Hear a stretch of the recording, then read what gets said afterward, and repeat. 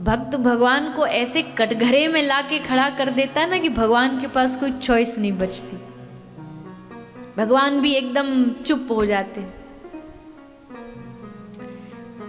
जूनागढ़ नरसी,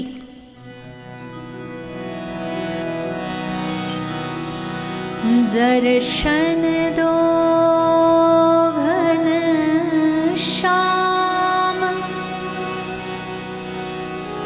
नाथ मोरी अखियाँ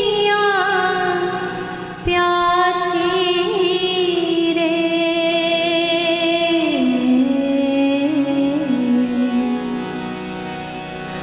दर्शन दो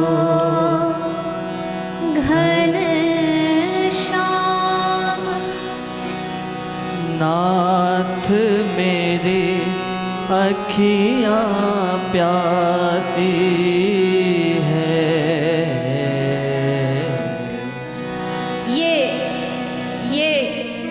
जैसे आजकल के ज़माने में टेलीफोन होता है, ये नरसी का भगवान को बुलाने का टेलीफोन नंबर था।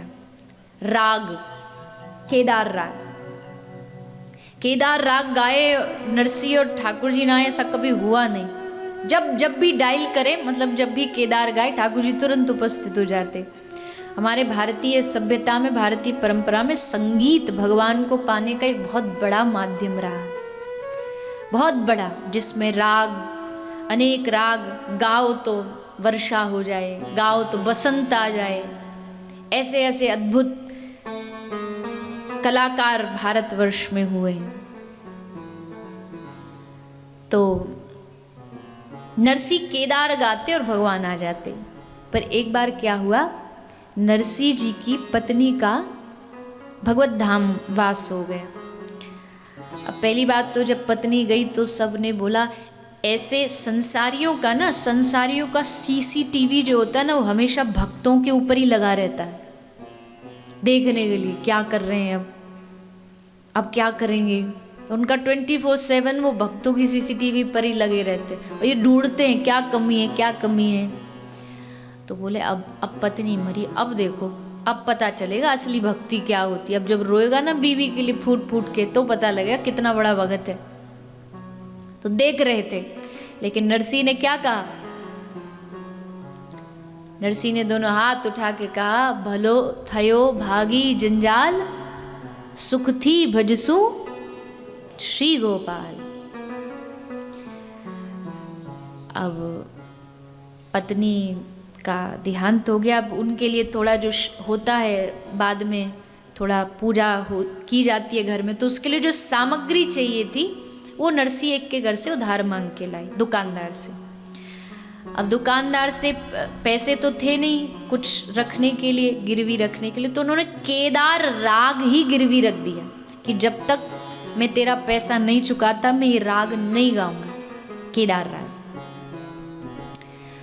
उसी के बाद क्या हुआ कि एक राजा ने नरसी को लोगों के कहने पर, लोगों ने भड़काया राजा को कि ये तो हरिजनों के घर में जाके कीर्तन करता है, निम्न जाति को छूता है, उनके घर भोजन करता है, ये भक्त नहीं, और भक्त है तो इसकी परीक्षा लेके देखा।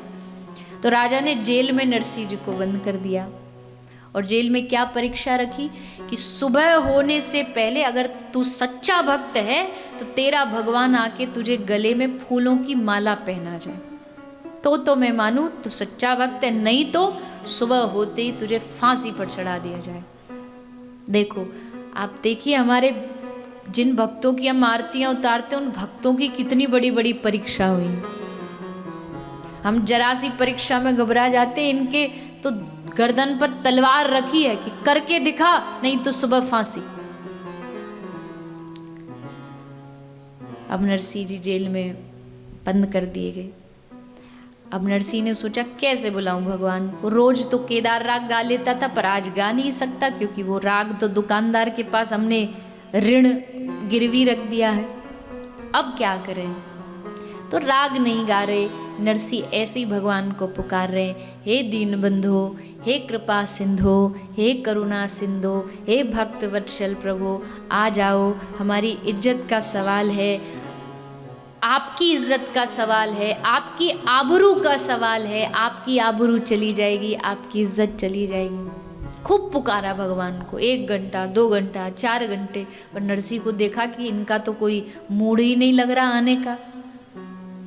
तो नरसिंह ने सोचा अब स्तुति से काम नहीं चलेगा, ये टेढ़ा है तो थोड़ी स्तुति भी टेढ़ी करनी पड़ेगी। तो नरसिंह बड़े क्रोध में आकर के बोले, कब से चिल्ला रहा हूं, आ जाओ आ जाओ।